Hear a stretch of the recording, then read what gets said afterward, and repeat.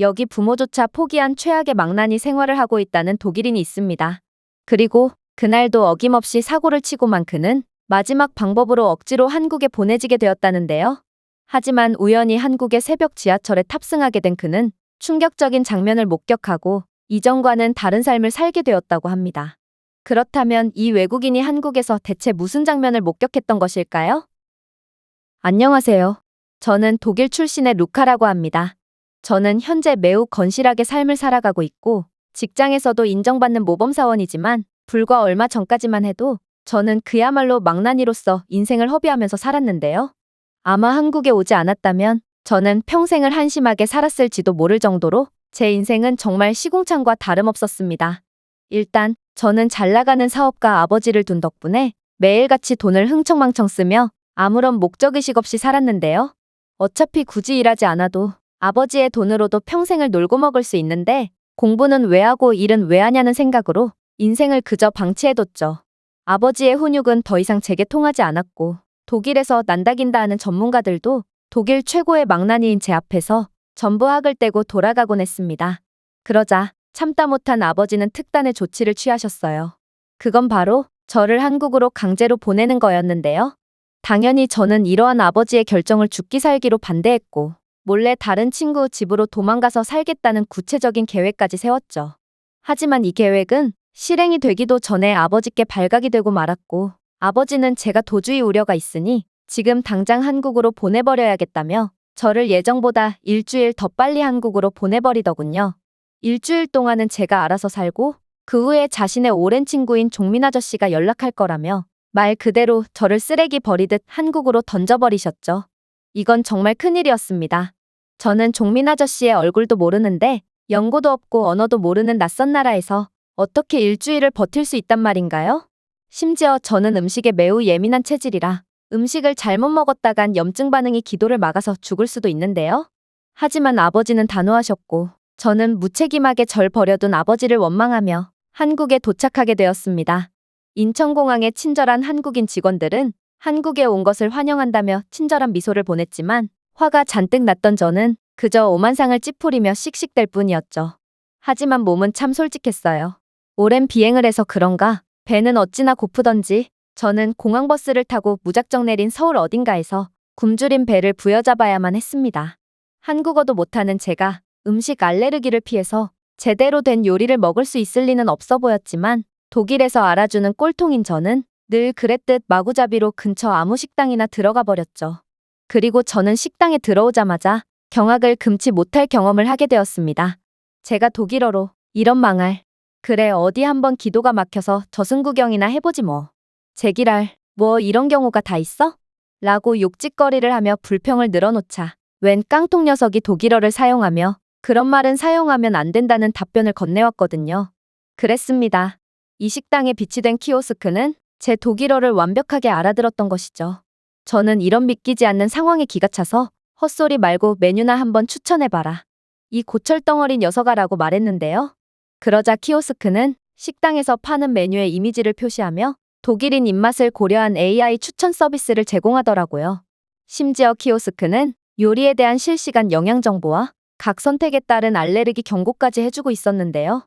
말 그대로 저는 한국어를 단 한마디도 하지 않고도 음식 알레르기를 피해서 무사히 음식을 주문할 수 있던 것입니다. 그런데 더 충격적이었던 건 한국인들은 그저 휴대폰을 가볍게 두드리는 것만으로도 모든 결제를 완료하고 있었는데요. 제가 마지막으로 현금 결제를 선택하려고 하니 제 옆에서 주문을 하던 한국인은 NFC 리더에서 휴대폰을 한번 터치하더니 이내 결제를 끝내버리더라고요. 그것도 노인이 말입니다.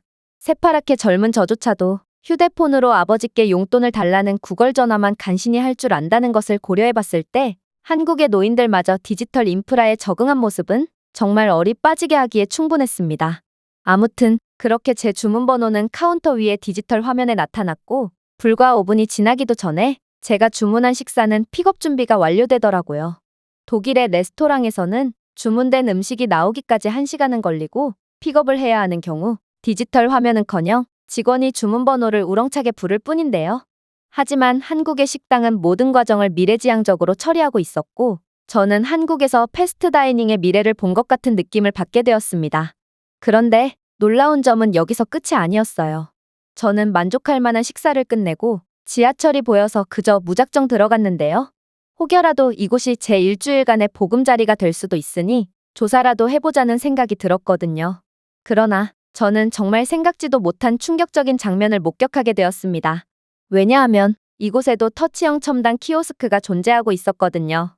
이 키오스크의 대화형 지도는 빠르고 유동적인 정보를 제공하면서 지하철 일정과 경로에 대한 실시간 업데이트를 제공하고 있었을 뿐더러 숙소에 관한 정보까지 제공하고 있었는데요. 역시나 영어 번역 기능이 제공되는 이 똑똑한 녀석 덕분에 저는 뜻밖의 좋은 정보를 얻을 수 있었고, 그렇게 키오스크가 알려준 숙소로 이동하기 시작했습니다. 그리고 저는 호텔에 도착하자마자 숙소마저 남다른 한국의 모습에 정신이 혼미해짐을 느끼게 되죠. 왜냐하면 알고 보니 이곳은 무인 호텔이었고 저는 별도의 기계에 현금을 넣고 객실 카드를 지급받을 수 있었거든요.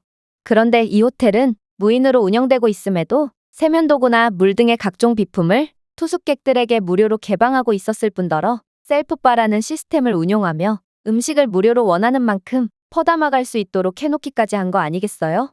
도대체 한국이 얼마나 수준 높은 국가면 이런 터무니없는 시스템을 도입하고도 숙소가 멀쩡하게 운영될 수 있는 건지 저는 한국이라는 나라가 정말 이해가 되지 않았습니다.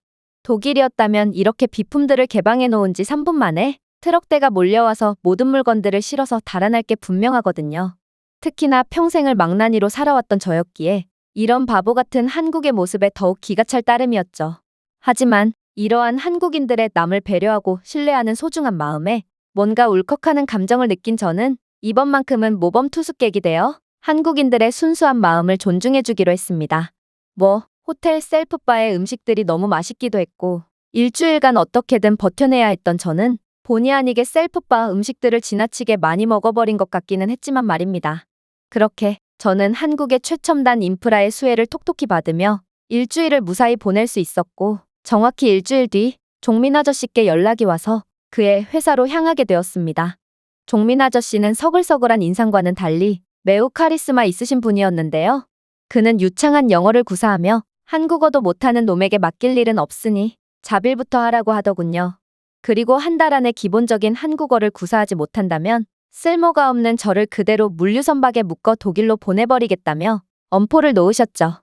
지금껏 제게 이런 태도를 보인 사람은 단 한 명도 없었기에 저는 얼이 빠지면서도 무척이나 자존심이 상했습니다. 그래서 한 달만이라도 최선을 다해 살아봄으로써 이 늙은 아저씨의 코를 납작하게 해주겠다고 다짐했죠. 그런데 다음날 종민 아저씨는 저보고 제 또래의 사원과 함께 어디 좀 다녀오라고 말하는 거 아니겠어요? 그리고 그렇게 따라간 곳에서 저는 정말 말도 안 되는 경험을 하게 되었죠. 저희가 도착한 곳은 바로 병원이었는데 사원은 영어를 구사하며 제게 이곳에서 건강검진을 받아야 한다고 말해오더라고요. 이런 어처구니 없는 상황에 저는 그저 벙찔 뿐이었습니다.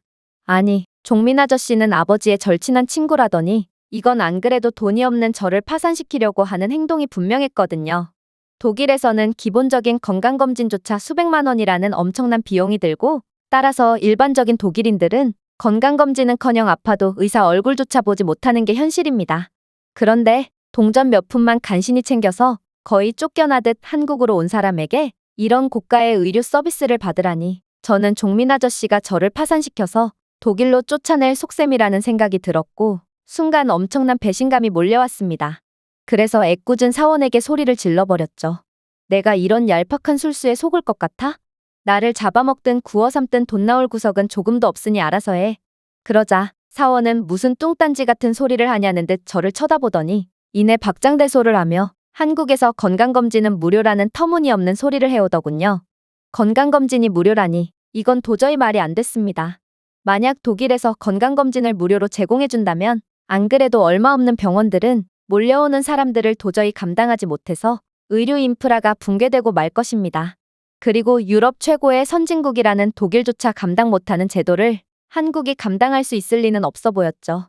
그런데 그렇게 도착한 병원에서는 저희처럼 건강검진을 받으러 온 여러 한국인들이 대기하고 있는 거 아니겠어요? 저는 무료 검사라고 해봐야 대충 청진기 몇 번 대고 3초 만에 끝내버리겠지. 이건 생색내기용 검사일 게 분명해라고 생각하며 여전히 회의적인 태도를 보일 뿐이었는데요. 하지만 결론적으로 저는 검사가 시작되자마자 제 말이 완전히 틀렸다는 것을 깨닫게 되었습니다. 왜냐하면 한국의 무료 건강검진은 무료라는 말이 무색하게도 각종 전문적인 피검사와 내시경 검사 등 독일에서는 웬만한 갑부들 아니면 상상조차 할 수 없는 고급 검사들을 포함하고 있었거든요.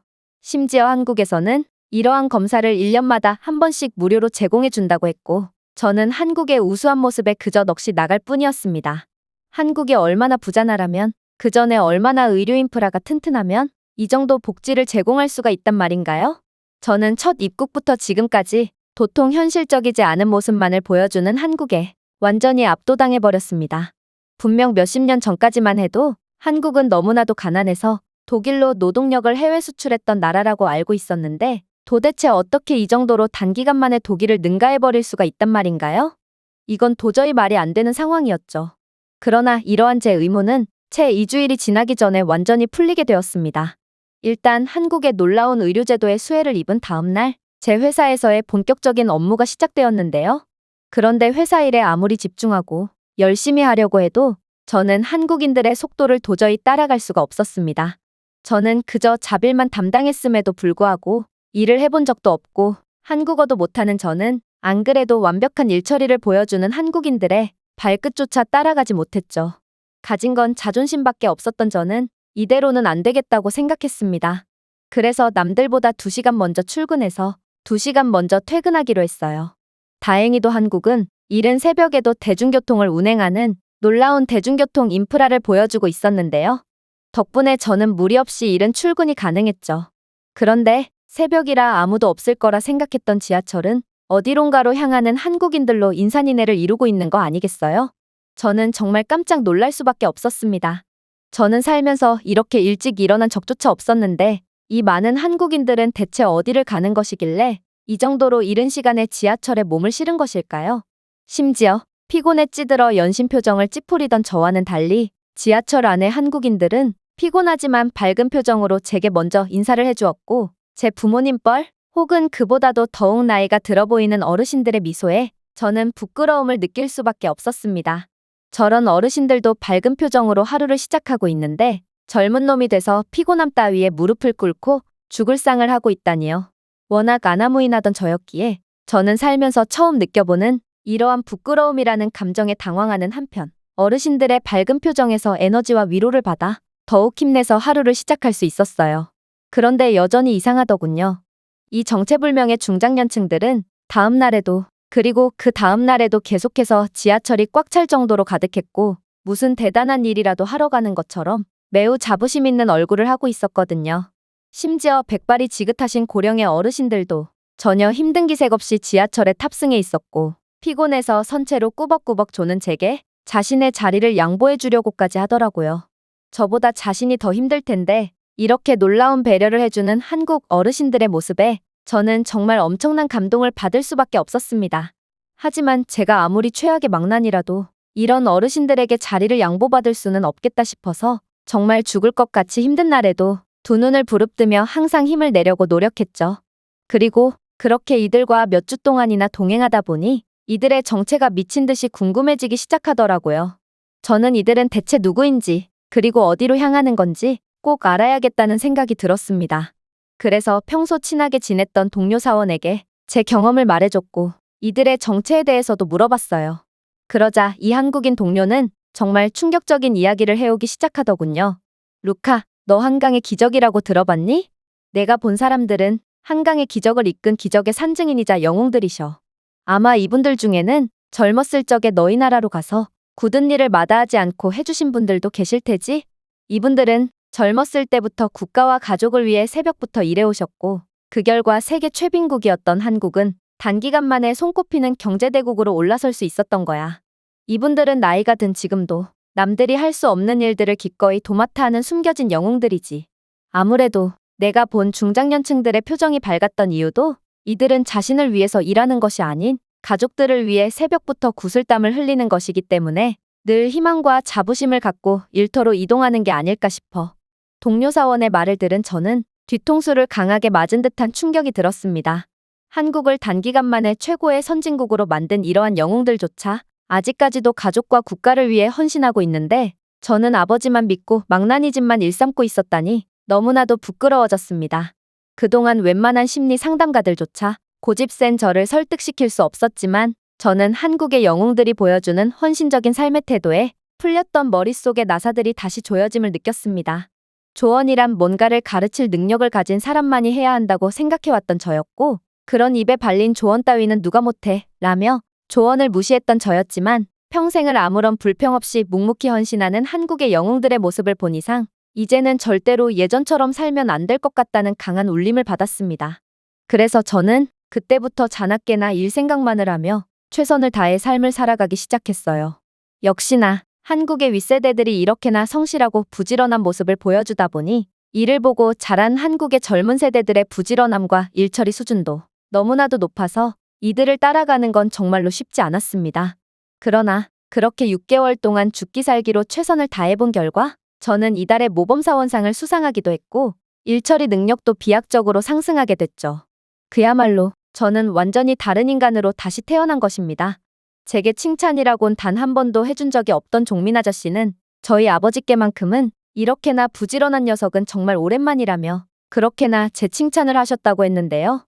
아버지께서는 만족이라는 것을 모르는 종민 아저씨가 이렇게까지 칭찬한 것을 보니 이제는 제가 독일로 돌아와도 좋을 것 같다고 말씀하셨지만 저는 독일에 돌아가지 않기로 했어요. 한국에서 직접 일해보니 한국은 독일보다 훨씬 기술력이 뛰어나고 배울 점도 상당히 많았거든요.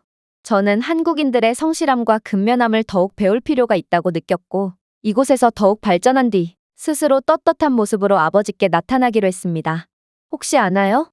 제가 이렇게 한국인들을 따라하다가 한나라의 운명을 완전히 바꿔놓은 한국의 중장년층들처럼 저 또한 독일의 자랑스러운 영웅이 될지 말이에요. 제가 준비해온 내용은 여기까지입니다. 끝까지 시청해주셔서 진심으로 감사드리며 여러분들의 구독과 좋아요, 알림 설정은 영상 제작에 큰 힘이 됩니다. 이상 세모튜브였습니다.